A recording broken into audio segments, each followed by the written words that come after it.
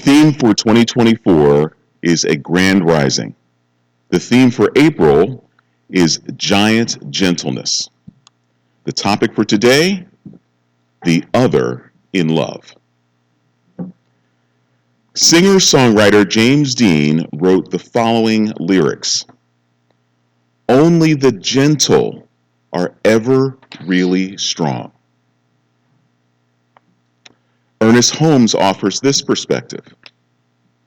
Compassion and caring are the ties that bind us together in mutual understanding and in the unified attempt to uncover the divinity in each other.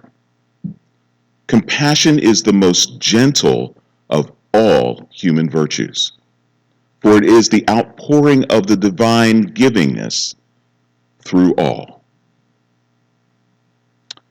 Let's use the creative power of our words and affirm together. All of my relationships are love in form. Thank you. Reverend Kathleen.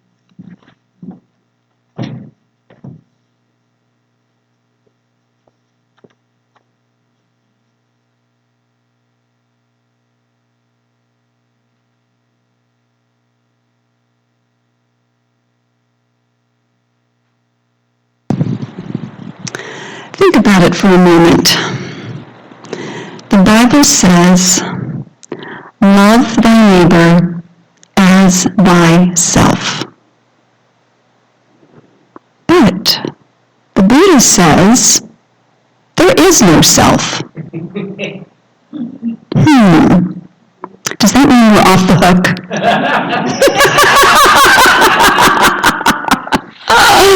A little levity there. So the principle, let's go back to the principle of truth. There's only one life, one ultimate self. One ultimate self. In a myriad of individualized expressions. So in these moments of flashes of oneness, there is no small self. There is the one. There is the one in all of its expressions. So we are one with the giant gentleness of love, the one love. Ernest Holmes wrote, when we let the love that is within us go out to the God who is in all people, then we are loving God with all our heart, with all our soul and mind, because we are recognizing that the spirit within us is the same spirit that we meet in others. This is loving our neighbors as our divine self. So, or as the divine self, let's put it that way, as the divine self. So this month is an exploration of the superpower of gentleness, the superpower of gentleness. So, many of us, in this culture, people in this culture may not equate the two, gentleness with power, but it truly is. It's the ultimate power. Because it is an expression of love. And it's something that we can draw upon in the most challenging moments that can help really transform things. So today the focus is a call to move beyond judgment to gentleness in our relationships with others. So I begin with a question. Is your mind a safe place? Is your mind a safe place? Ian Lamott quipped, my mind is a bad neighborhood that I try not to go into alone. So we humans can be very erratic, very unpredictable. So we find ourselves reacting to the words and actions of others with anger, with hurt, with resentment, annoyance. And then we may stew about it, go over it again and again, making our minds a bad neighborhood to hang out in. So what though if your reaction to others' words and behaviors is not so much about what they did, but about what you believe? That's what we teach, right? It's done unto you as you believe.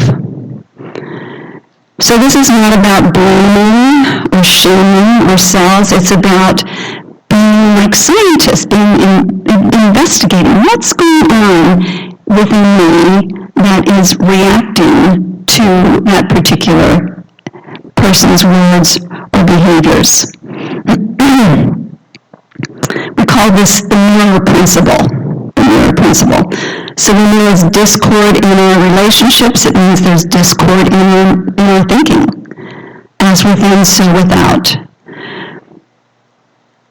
So our relationships then reflect back to us what it is that we believe. It's really important. And I love this analogy.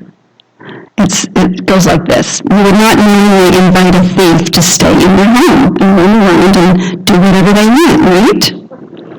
However, are we allowing thieving thoughts that cause a lack of a sense of peace to roam around in our minds?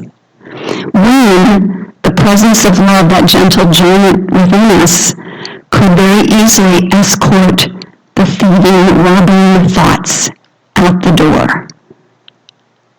That's the power of love. That's the power of that ability to choose within us to escort the thieving thoughts out of our minds. And also, when they come knocking, to say, no, thank you, as well.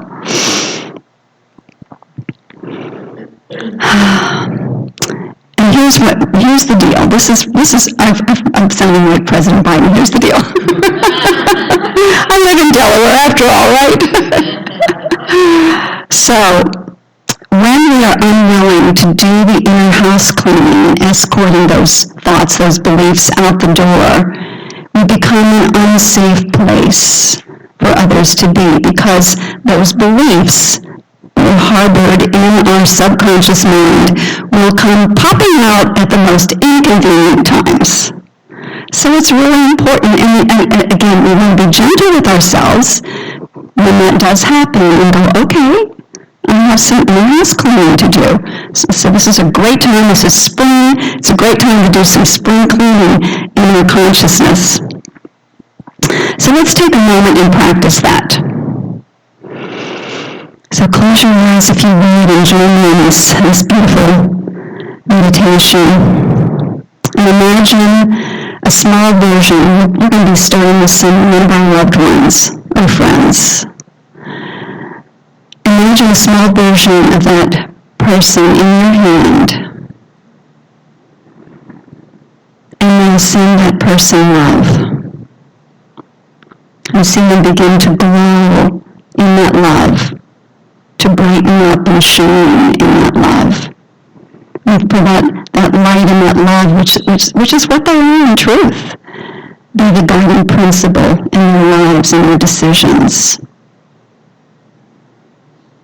Just to see them wrapped in the blanket of love, like a newborn baby child. Okay, and now let's think of a challenging person, someone who's very challenging for you. Their words, their actions trigger something in you. And so let's put that same person in your hand.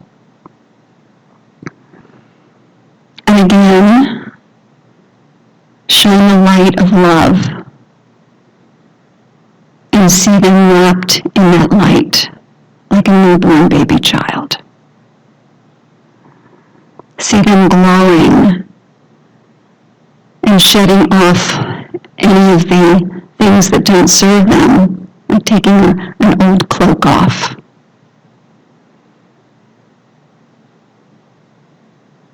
And then also see them being guided by that love, that light, in their decisions, making wise decisions.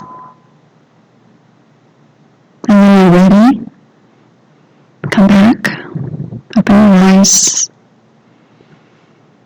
And then just notice how you feel. Notice the sweetness and the gentleness in the room around you. Very powerful. Simple, but very powerful. Becoming a safe person is one of the biggest gifts that we can give our planet, give each other, and to give our planet. And it also creates a deep inner peace and warmer, loving connections with other people as well. So that's creating yourself as a safe place. The next one is active compassion. This is all about our relationship with others today. Last week was about our relationship with ourselves, being gentle with ourselves, gentle with others. Ernest Holmes again says, compassion is the most gentle of all human virtues. So I'd like to illustrate with a story. This is a story about two families who lived in the same neighborhood. Actually, they were next-door neighbors. One family was in constant turmoil and battle with each other, and the other family lived in great harmony with one another. So the wife in the inharmonious family said to her husband, I have an idea. Let's go, in fact, why don't you go? You go over to the next door neighbors and see if you can hide and observe what they're doing that's different from what we do. You'd be arrested for that, right? Normally. But anyway, this is a story. So anyway, he goes over, he sits just outside the kitchen window, and he notices that the neighbor, the wife, is cleaning the floor. And she suddenly leaves, for whatever reason, and her husband walks in and accidentally kicks over the bucket, and water is just everywhere, and his toe is right, ow, his toes. So she comes in and she goes, oh, honey, I'm so sorry that I left that out and you hurt your toe. And he said, don't blame yourself. I take full responsibility for not watching where I was going. And so the husband who was watching the whole thing went home to give a report to his wife. And he said, so here's what I'm noticing, is that while we are really interested in being right and making the other person wrong, making each other wrong, this family is all about being concerned and compassionate with each other and being happy. So that's the end of the story. But the bottom line is, would you rather be right or happy? That's a beautiful quote from A Course in Miracles. Would you rather be right or happy? It's a powerful one to remember, because many of us have been trained to defend ourselves. You know, I was trained that way. And so it's a practice. And again, gentle with ourselves, we notice that part of ourselves that wants to defend shows up. And then again, next time, making a determination to, rather than be right, be happy, be compassionate. Compassion and being the gentle joy of love brings it out in other people, right? We're actually calling that out in other people, as the happy couple have learned in the story.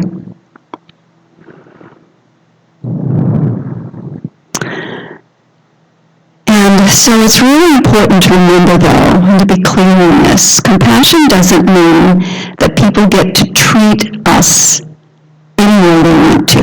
It does not mean that at all. Because if we did that, we would not be compassionate with ourselves. So yes, there are boundaries that we must set. We must not allow that to happen. So that's one piece. The other piece is, compassion doesn't mean we don't always understand why someone is behaving the way they are. Because like you, everybody has their traumas, their tragedies that are informing their behavior. And they are doing their best to cope in the way that they can.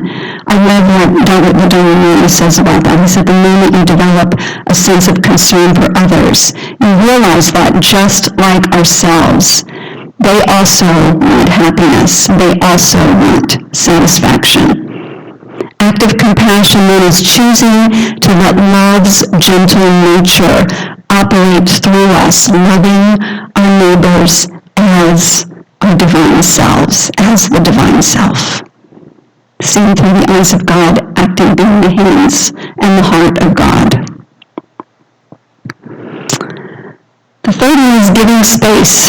So we know that if we get up on top of a tall building and we have a 360-degree view, how amazing that is. It just, there's so much more that we can see.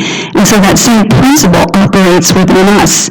Sometimes we're too close to a situation to really think clearly. So we need to get away, give ourselves space, and get some clarity. Meditation offers that. Just time in silence offers that, to contemplate. Journaling is a great way to give ourselves some space and to collect our thoughts. Spiritual mind treatment, which is our form of prayer, is a great way to clear the mind and allow inspiration to come through. And working with a licensed practitioner is so powerful. I've kind of lost count of how many prayer partners I have, and I have a mentor. It's really important to me. My inner work is a priority. And I trust that it is for you as well.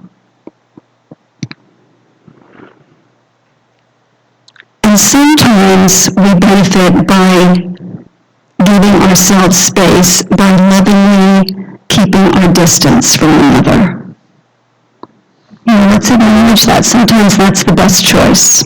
And the key is that giving ourselves space and time to figure out what is right for us is one of the healthiest, gentlest things that we can do, not only for our own good, but for the good of all.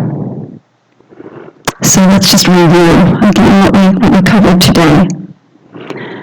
And let's continue to build that giant gentleness state of mind, consciousness through our relationships by remembering that we all came here for one purpose, to be the presence of love. Ultimately, that's it. And to realize that all relationships, therefore, are holy encounters, as challenging as they may look, because they are opportunities to grow, opportunities to uninstall beliefs that aren't serving us. So we can do this by being a safe person, making that a priority through inner work, by being an outpouring of divine givingness through active compassion, and the last one is giving ourselves space to get our minds clear so that we can make wiser decisions. And so I feel complete, and thanks for listening. Thank you for listening, and namaste.